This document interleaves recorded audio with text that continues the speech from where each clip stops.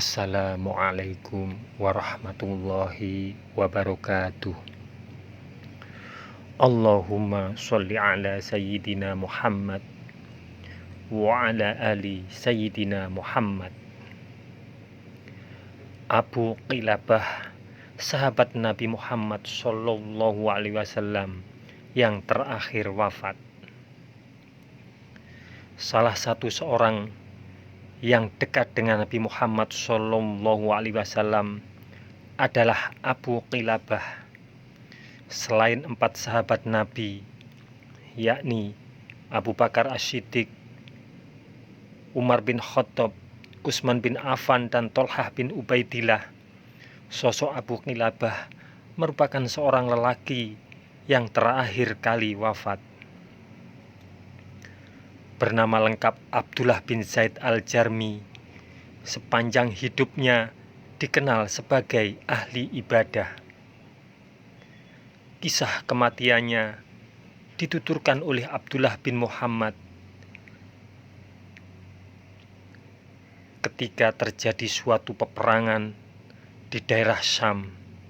Abdullah yang merupakan prajurit muslim terlepas dari rombongan dan terdampar di sebuah tanah lapang dekat pesisir. Kian hari, bekal makanannya semakin menipis. Di saat dirinya tidak tahu harus kemana, hingga akhirnya dia melihat satu tenda yang berdiri di atas tanah lapang. Tanpa pikir panjang, Abdullah menghampiri tenda yang tampak kumuh itu. Dia mendapati seorang pria tua yang tidak memiliki kedua tangan dan kaki.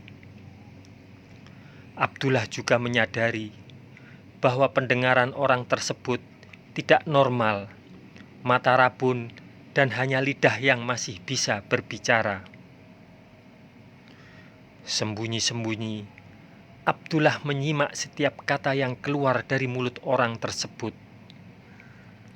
Wahai Allah, berilah petunjuk agar aku dapat terus memujimu, sehingga aku dapat bersyukur atas nikmat yang Engkau berikan. Sungguh, Engkau telah melebihkan diriku atas kebanyakan manusia. Begitu ucap orang itu. Tidak dapat menahan rasa heran, Abdullah yang sebelumnya sudah mengucapkan salam berkata, "Wahai Tuan, aku mendengarmu tadi berkata demikian, dan kau baru saja menyatakan, Allah telah melebihkanmu atas banyak orang. Nikmat Allah mana yang telah engkau syukuri?" Bapak tua itu menjawab, "Apa kau tidak melihat apa yang telah Allah lakukan padaku?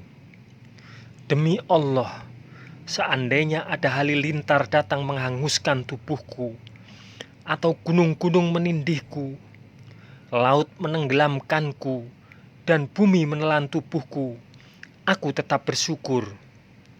Lalu orang tua itu menunjuk ke bibirnya. "Aku memang tidak bisa berbuat apa-apa untuk menolongmu. Aku bahkan tidak bisa bergerak walau bahaya bisa saja datang. Tapi aku punya seorang anak laki-laki. Dialah yang menolongku, membantuku untuk berwudu, menyuapiku ketika lapar, dan memberiku minum saat haus."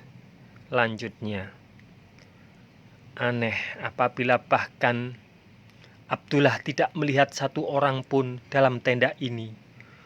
Orang tua ini seperti tahu apa yang dipikirkan Abdullah. Lantas, pemilik tenda ini menjelaskan lebih lanjut. "Tapi, sudah 3 hari aku tidak mendengarnya. Aku kehilangan dirinya. Wahai musafir, bisakah kau menemukannya?" ucap pemilik tenda.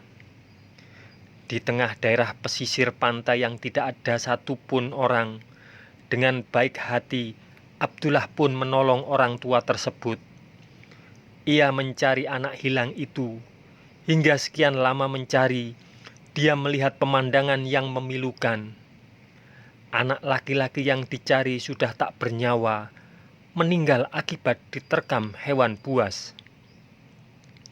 Inna lillahi wa inna ilaihi roji'un. Bagaimana caraku memberitahukan ini kepada orang tua itu? Dengan wajah terkejut ketika menemukan anak laki-laki tersebut sudah tidak bernafas, Abdullah memberanikan diri untuk menyampaikan hal ini. Bagaimanapun, orang tua itu harus tahu apa yang sudah terjadi pada anak laki-laki yang dicarinya tersebut. Bagaimanapun juga, hanya Allah lah yang dapat menentukan nasib seseorang. Abdullah pun memasuki tenda. Assalamualaikum, ujarnya. Waalaikumsalam. Engkaukah itu yang telah tadi menemuiku? Jawab orang tua ini. Ya, kata Abdullah. Bagaimana pencariannya? Apakah engkau berhasil menemukan anakku? Tanya si bapak tua. Namun, Abdullah seperti tidak sanggup menyatakan apa yang terjadi pada anak si bapak tua ini. Apakah Tuan pernah mendengar kisah Nabi Ayub alaihissalam? Abdullah mencoba untuk memulai membuka penjelasan. Ya, dia merupakan salah satu Rasul yang mulia. Apakah kau tahu bagaimana Allah Subhanahu wa Ta'ala menguji Nabi Ayub alaihissalam dengan harta, keluarga, bahkan anak-anaknya? Ya, tentu saja aku tahu, jawab orang tua ini yang heran dengan maksud obrolan ini. Lantas, apa kau juga tahu bagaimana Nabi Ayub alaihissalam menyikapi cobaan-cobaan yang diberikan Allah Subhanahu wa Ta'ala? Tanya Abdullah.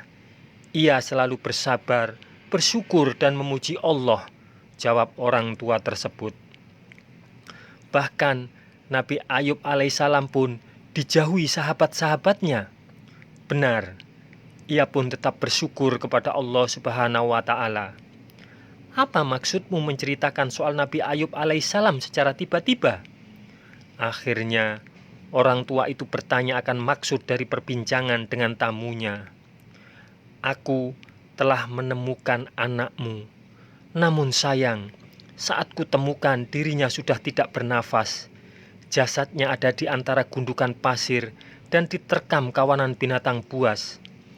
Semoga Allah Subhanahu wa Ta'ala melipat gandakan pahala engkau yang bersabar atas musibah ini, jelas Abdullah. Segala puji bagi Allah. Dia telah menciptakan bagiku keturunan yang tidak bermaksiat kepadanya, jawab orang tua itu.